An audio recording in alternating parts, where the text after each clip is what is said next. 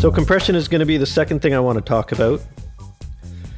Compressors are basically a dynamic range processor. So what they're going to do is they're going to affect the dynamic range of a sound by varying the volume of that sound. So what it's doing is automatically controlling the volume. If it's too loud, it's bringing it down. If it's too quiet, it's bringing it up. And it's doing this all automatically for you, so you don't have to ride the fader as the song is being played. For example, vocal tracks. A vocalist usually sings with a wide range of dynamics, so they're going to sing very loud in some parts and they're going to sing very quiet in other parts. But when you hear a song, you want the vocal track to be the same volume. For the most part, you want it to be the same volume from the beginning to the end. So a compressor will help you automatically control this volume once you have it set up properly. So the goal of a compressor is to level out the sound, whether it's loud or soft, into one consistent volume.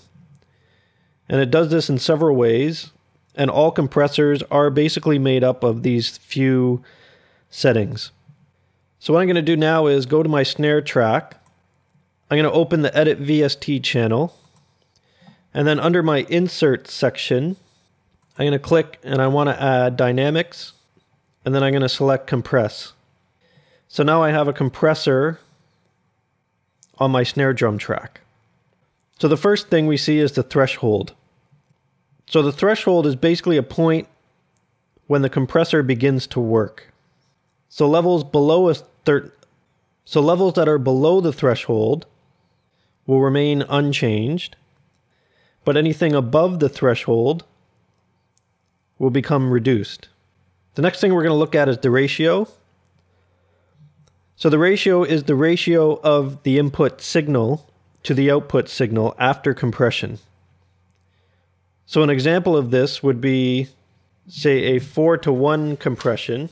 So if we're using a bass guitar track, and let's say the input of the bass guitar track is at 12 dB, and my ratio is set to 4:1, my output, after the signal goes through the compressor, my output is now going to be at 3 dB. So it's basically the input divided by the ratio. So my input was 12 dB, my ratio is at 4, so 12 divided by 4, I know my output is going to be at 3 dB. So the higher the ratio, the more extreme the compression is going to be, the more reduction that it's going to have. Next we have the attack. So the attack is the time it takes to react to a signal above the threshold. So if you have a low attack, this is measured in milliseconds.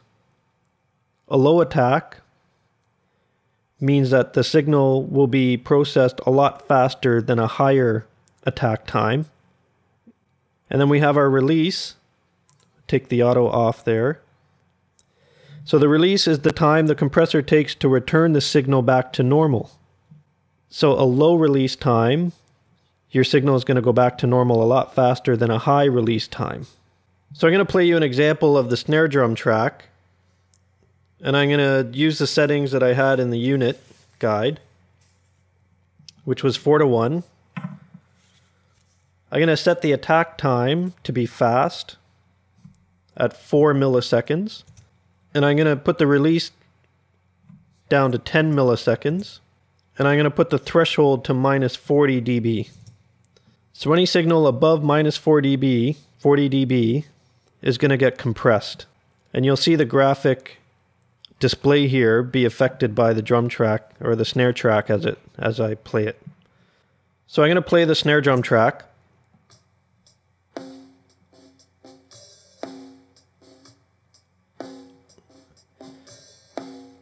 So we can see the compression working, and we're compressing the signal. The gain reduction is hitting about 8 dB. So we're losing about 8 dB of signal due to the compression.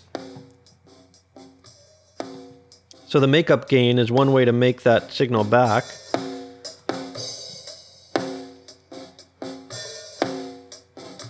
But notice as I move the threshold, the sound of the snare drum.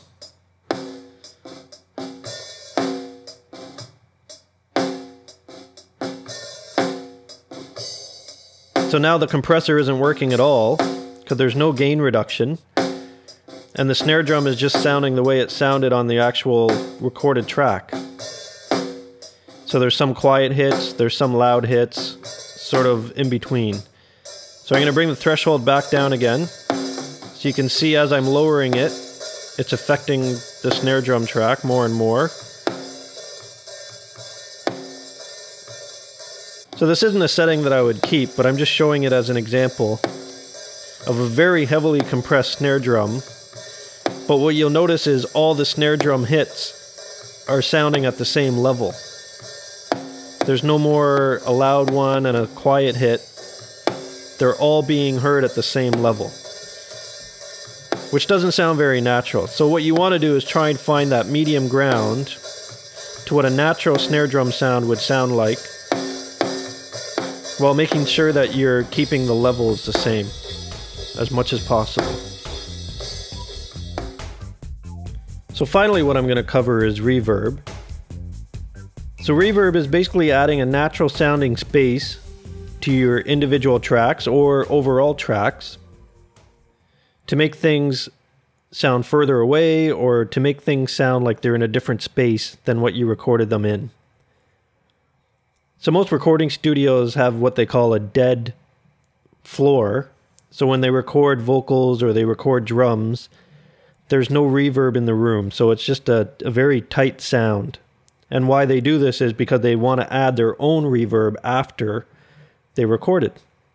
And it gives them the flexibility to add different types of reverb to different instrument tracks. So I'm going to show you how to set up the reverb.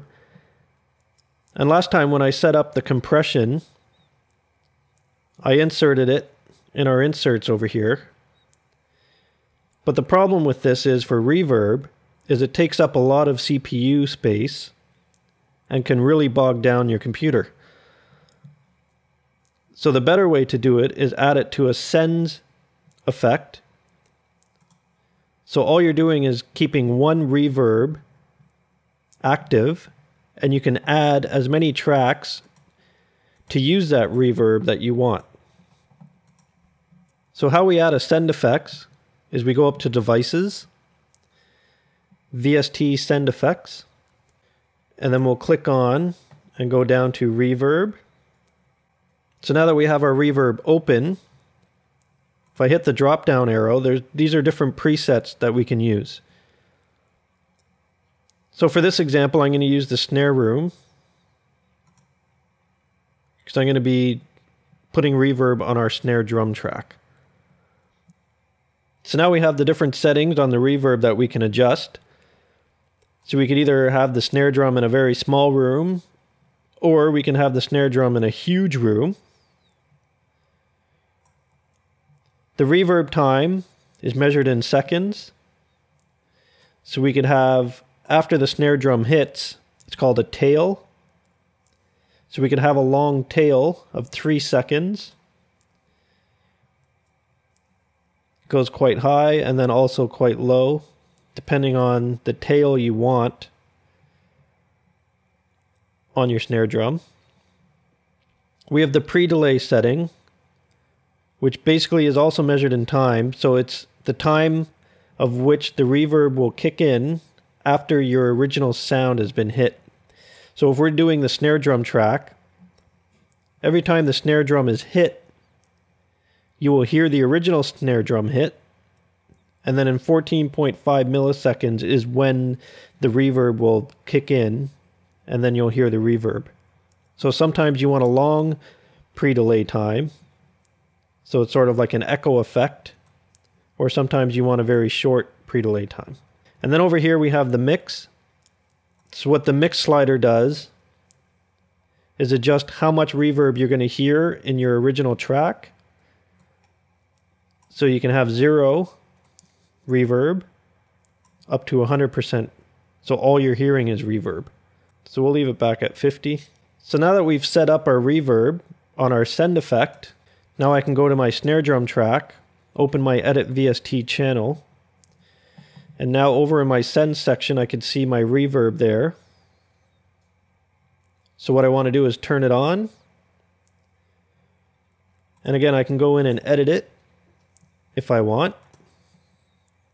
Or if I want to apply this effect to my snare drum, I grab the slider and then I can adjust how much or how little reverb will be applied to this track. So now I want to solo the snare drum track. So all I hear is the snare drum, and then I'm going to play the track and adjust the reverb to what I want.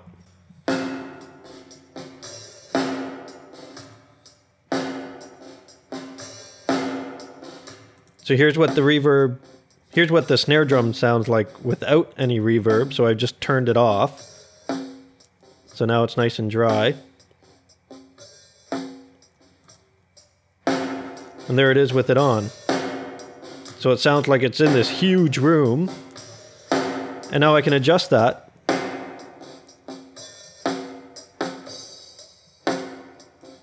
And then find out where I want to put it based on the song and based on what I want it to sound like. So again, here it is with it off.